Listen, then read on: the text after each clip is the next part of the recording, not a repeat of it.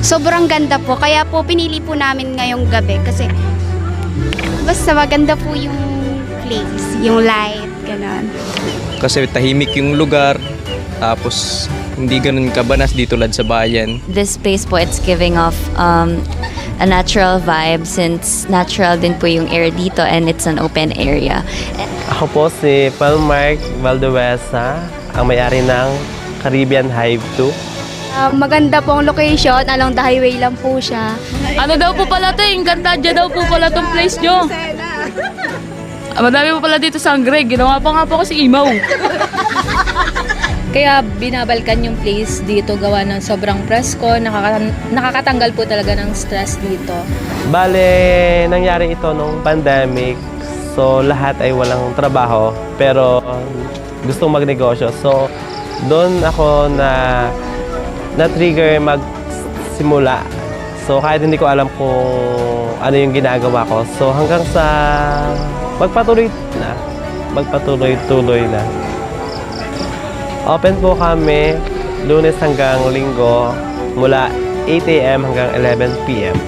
Number 1, yung price. Kasi mura yung price namin at saka yung location na tabing highway, malawak ang parking, yan. At saka yung nature, yung puno, at saka yung mismong burol ng lugar. Ano po, puntahan po talaga siya ng mga tao. Yung family namin laging napunta dito. Iba kasi yung dating ng place nila mas gaganahan kang kumain. Actually sir, wala naman pong secret ingredients dito. Kumbaga po ay mahalang po namin yung trabaho namin. Yung may care po kami sa pag-serve sa customer. Drinks po nila ay masarap po talaga. Binabalik-balikan, napakasarap. Masarap po ang aming frap. Marami po kaming iba't ibang flavor gaya na lamang po ng mango, chocolate, and cookies and cream at marami pa pong iba.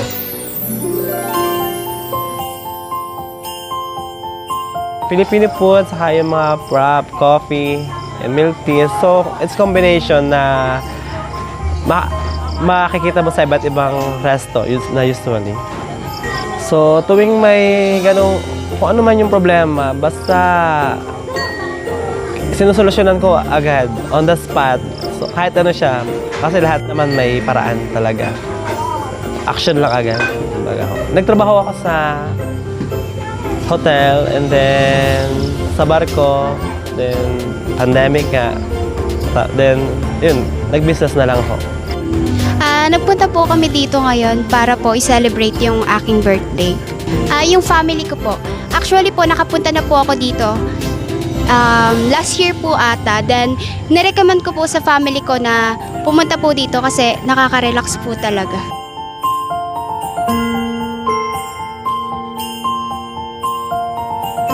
So, siguro yung kailangan mo lang talagang gawin kung ano yung gusto mo. Huwag kang magpapapigil kahit kanino kasi pangarap mo yan at saka yan yung gusto mong gawin. And isa pa, yung mga taong tumulong talaga sa akin para makita itong lugar kasi yung location ay matagal ko na nakikita. So, hindi ko lang siya na-appreciate. And siyempre, yung may-ari na napakabait.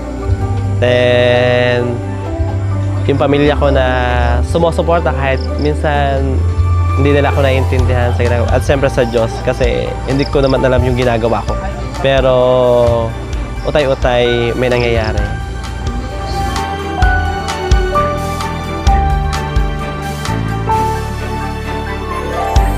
Lesson learned ay kaya mo itong gawin mag-isa. Huwag kang humanap ng kapartner kung hanggat maaari. Kasi sila mismo yung sisira sa yung peace of mind at saka mga taktika. Kasi magkakaroon kayo ng kontrahan. Just sa mga bestseller namin, yung mga beef kare-kare, tapas silog, frap, coffee, Then yung mga crispy sinigang, tuna sinigang, marami pa, halos lahat naman.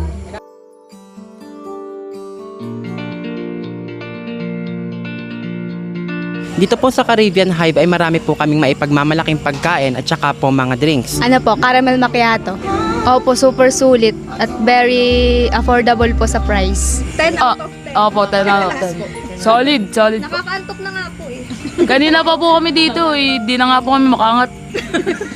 Wala, magugutom na lang po ulit kami. Andito pa rin kami. Napakasarap nito. Tsaka solid. Ay, sulit naman po pag sa presyo po nila. Mix buffalo tsaka calamares tsaka po ayun sisig. Sa page, pwede silang mag-message kung gusto nilang mas mabilis ma-serve yung pagkain kasi may time na nagsasabay-sabay yung customers. So, it takes time pa para mag-take order at saka ilabas yung product kasi lahat ng item is made to order. Sa improvement, bale yung lugar pa rin, kumbaga kunting linis pa at saka yung kubo may time na nasisira, may time na sikip, and then yung serving time, usually nagkakaroon po lang kasi natatagalan. Yun yung main problem na tinatrabaho namin hanggang ngayon na nag-improve naman kumpara dati. And as for their food naman po, yung go-to food ko po dito is yung calamares po nila, which is lagi ko pong ino-order and binabilikan dito. And yung blue ternate po nila because bukod sa masarap po siya, it also has a cheap price din po. Yung masarap yung kanilang sinigang. Gusto namin sa food dito ay maraming serving nila tapos yung mga pansit nila dito is masarap. Yan ang binabalik-balikan namin dito yung mga pansit nila. I like the vibe, napaka-presko po kasi dito. Tapos, ito po siguro yung lagi namin in-order dito is yung carbonara chicken po nila dito. Napaka-creamy, then ang crunchy din po ng chicken nila dito. Actually po, yung mga kaibigan ko po, sila po talaga yung nagpunta dito. Then, sinama lang po nila ako dito. Tapos, nung na-experience ko po yung food dito, tapos friendly po yung mga staff, tapos ang ganda ng ambience.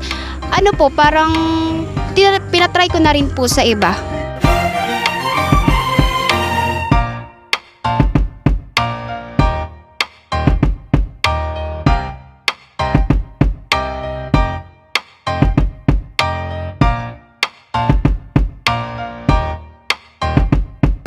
Siguro, na siya, talagang ang tao ay, parang doble na yung pumupunta. And then, nakikita ko parang wala na silang ginawa kundi mag-picture sa bawat kanto kasi puno na siya ng art, puno na siya ng design, ilaw. So, lahat okay na.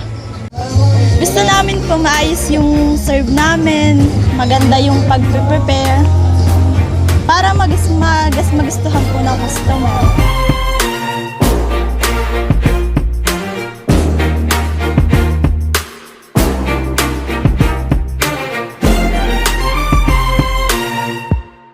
Visit na po kayo dito sa Caribbean Hive.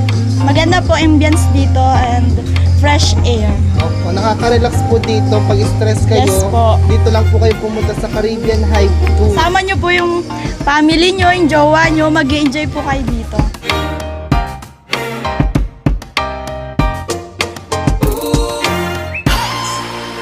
Hello po. Inaanyayahan ko po kayo na pumunta dito sa Caribbean Hive dahil pinapangako ko po na hindi po kayo magsasawa sa mga pagkain dahil ang mga pagkain po namin dito ay affordable at saka masasarap. Mangga po! Broccoli honey coated, chicharon, and calamari. Kung gusto nyo po ng magandang ambience at masarap na pagkain, pumunta lang po kayo dito. Caribbean Hive! Solid dito, solid. 10 out of 10 ang place. Ang mga pagkain ay solid din, affordable, at saka yung mga staff makulit, mabait. Masarap po. Like, babalikan Actually, from Tayabas pa po ako pero dinadayo ko dito sa Lucena.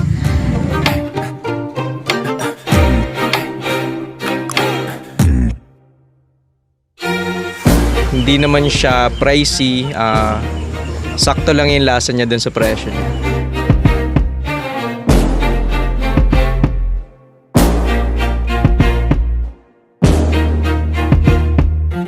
It is very comfortable and cozy. And yung vibe po niya is very provincial and very native. And it's kind of rare na po these days since puro modern na po yung mga structures. Meron po kaming Facebook page at saka makikita niyo din sa Google Map nakapin ang Caribbean Hive 2. You can please come and visit Caribbean Hive 2 located sa Silangang Mayaw, Lucena City, papuntang Talaw-Talaw Road.